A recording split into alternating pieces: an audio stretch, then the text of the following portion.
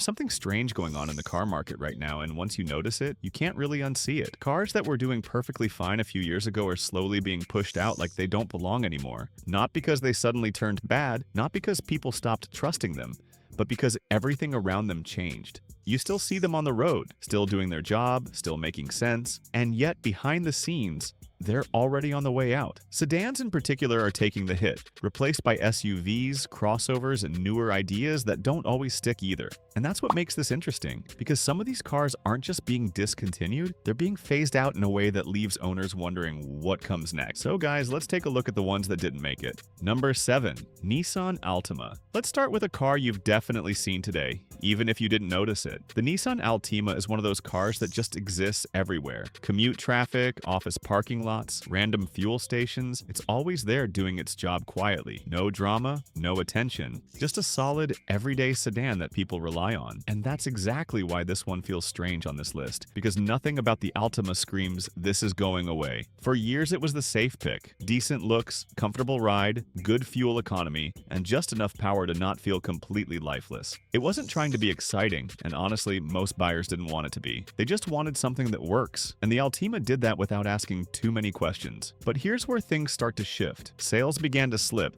not because the car suddenly got worse, but because buyers slowly moved on. SUVs took over, crossovers became the default choice, and sedans like the Altima started losing ground. Add in increasing costs, changing priorities, and suddenly a car that used to be everywhere doesn't make as much sense to keep around. And now, here we are. A car that once felt untouchable is being pushed toward the exit. Not with a big announcement, not with some dramatic ending, just quietly stepping aside while the market moves on. And that's what makes this one interesting, because if a car this common can disappear, then nothing on this list is really safe. Number 6. Subaru Legacy. Let's say you live somewhere where winters actually mean something. Snow, ice, roads that look fine until they suddenly aren't. What kind of car do you trust? Most people will tell you to get an SUV, something tall, something safe. But for years, there was another answer, and it was this: the Subaru Legacy. This thing didn't need to shout about what it could do. Standard all-wheel drive, simple design, and a reputation built on just getting through anything you threw at it. No drama, no nonsense. You'd see these quietly going about their business while bigger, more expensive cars were struggling for grip. And that's what made it good. It didn't try to be exciting, it just worked. People who bought one usually stuck with it, because once you understand what it does well, it's hard to replace. But here's the problem. While the Legacy stayed the same, everything else changed. Buyers moved up, literally. Higher seating, bigger bodies, more presence on the road. Suddenly, a low, sensible sedan didn't feel like enough anymore, even if it was doing its job perfectly. And now it's heading out. Not because it failed, but because it doesn't fit the direction anymore. Which is a bit ironic, because in the situations where it actually matters, this still makes more sense than most of the cars replacing it. Number 5. Chevrolet Malibu. Now this one used to be everywhere. The Chevrolet Malibu wasn't some niche pick or a smart alternative. It was the car. The one you saw in rental fleets, office parking lots, family garages, you name it. If someone needed a mid-sized sedan that just works, this was always in the conversation. And to be fair, it did exactly what it was supposed to do. Comfortable enough for daily driving, decent on fuel, simple to live with, and not trying too hard to impress anyone. It didn't pretend to be sporty, it didn't try to be luxurious, it just handled the job. And for a lot of people, that was more than enough. But here's where things started to go sideways. The market didn't stay where it was. People started moving toward SUVs, then crossovers took over, and suddenly cars like the Malibu felt replaceable. Not bad, just easy to ignore. Even GM saw it coming. Instead of updating it properly, they slowly let it fade, while shifting focus to electric models and bigger vehicles. And now it's done. One of the most familiar American sedans is stepping out without much noise. No dramatic ending, no last big push, just quietly making space for what comes next. Which is strange, because for something that was once this common, you'd expect a bigger goodbye. But I guess that's how it works now. Even the most familiar cars don't get to stick around forever. Number 4. Audi A7/S7. Some cars don't need to shout to be noticed. The Audi A7 was always one of those. You'd see it glide past and immediately know it wasn't ordinary, even if you couldn't point to a single badge or detail. Low, wide, that smooth, sloping roofline, it had the kind of presence that felt expensive without trying too hard. And then there's the S7, which takes that same clean look and adds just enough edge to change the mood completely. It's quick when you want it to be,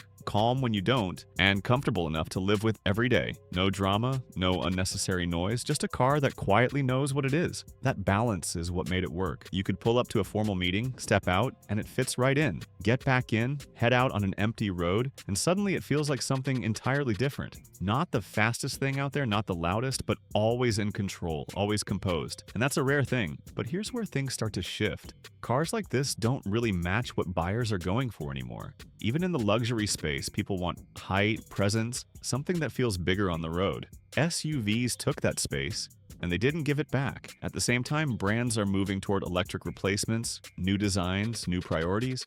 So instead of pushing this idea further, Audi simply steps away from it. And now the A7 and S7 are heading out the same way they lived. Quietly, without making a scene, just slipping away while everything else moves on. Which feels a bit ironic because this was one of the few cars that actually got the balance right. And somehow, that still wasn't enough. Number 3. Acura TLX. Let's say you're the kind of driver who still enjoys actually driving, not just sitting high up in traffic, not just cruising from one point to another, but something that still feels connected to the road. What do you pick? For a long time, one of the easy answers was the Acura TLX. This was Acura trying to keep the whole sporty sedan idea alive without going overboard. Clean design, solid handling, and in the Type S version, enough power to remind you this wasn't just another daily commuter. It wasn't trying to compete with the absolute top-tier performance cars, but it gave you just enough to have fun without sacrificing comfort. And that's what made it work. It sat in that space where you could enjoy the drive but still live with it every day. No harsh ride, no complicated setup, just something balanced. You could take it to work during the week and still enjoy it on an empty road without feeling like you bought the wrong car. But here's the problem. That balance doesn't sell like it used to. Buyers are moving toward bigger cars, higher seating positions,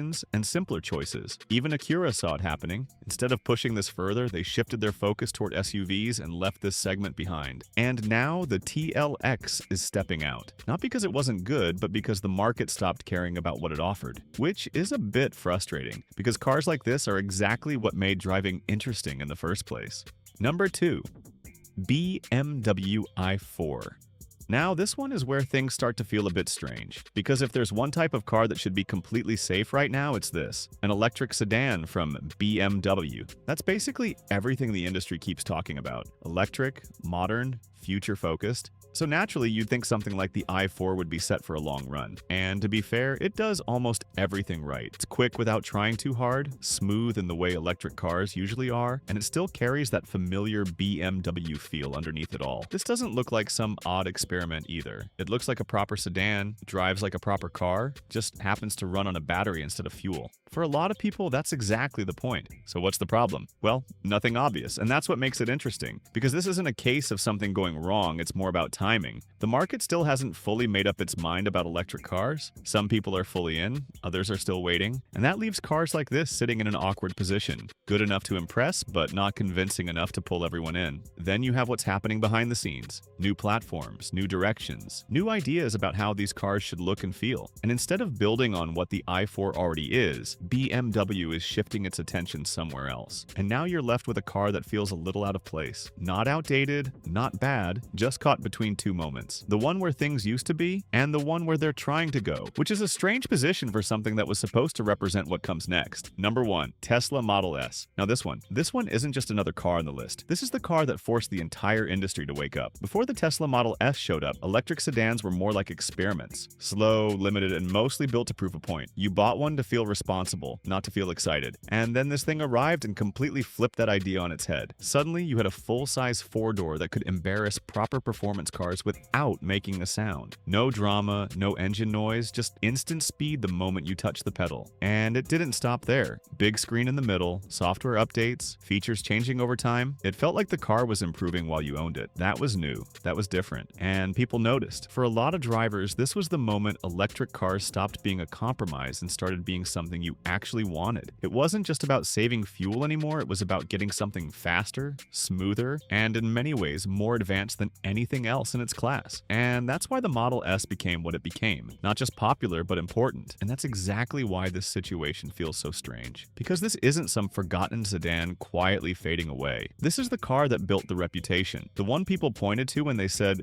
This is where things are going. You'd expect something like that to stay right in the middle of the conversation, constantly evolving, always leading. But things moved fast. Tesla started bringing in newer models, different priorities, broader appeal. The spotlight shifted, and instead of the Model S staying at the center, it slowly started stepping back. Not overnight, not in some dramatic way, but gradually, almost like it was making room for everything that came after it. And that leaves you in a strange place. Because without this car, a lot of what we see today probably doesn't happen the same way. It proved the point, changed the direction, and set the pace. But now, the very thing it helped build is moving on without it. And that's why this sits at number 1. Not because it failed, not because it couldn't keep up, but because even something this important isn't guaranteed a permanent place. Which, if you think about it, says a lot about where the market is right now. So guys, that's the list. 7 cars, all different, all built for different kinds of drivers, but all ending up in the same place. And if you look at them together, a pattern starts to show. It's not that these cars suddenly became bad, it's that the market moved and they didn't move with it. Buyers want something bigger, higher, easier to live with, and brands are following that demand without thinking twice. And in that process,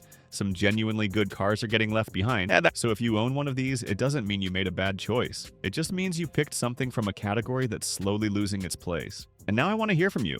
Which one of these surprised you the most? Or is there a car you think deserved to stay but didn't? Drop it in the comments. And if this caught you off guard, hit that like button. Because most people still haven't noticed what's happening here.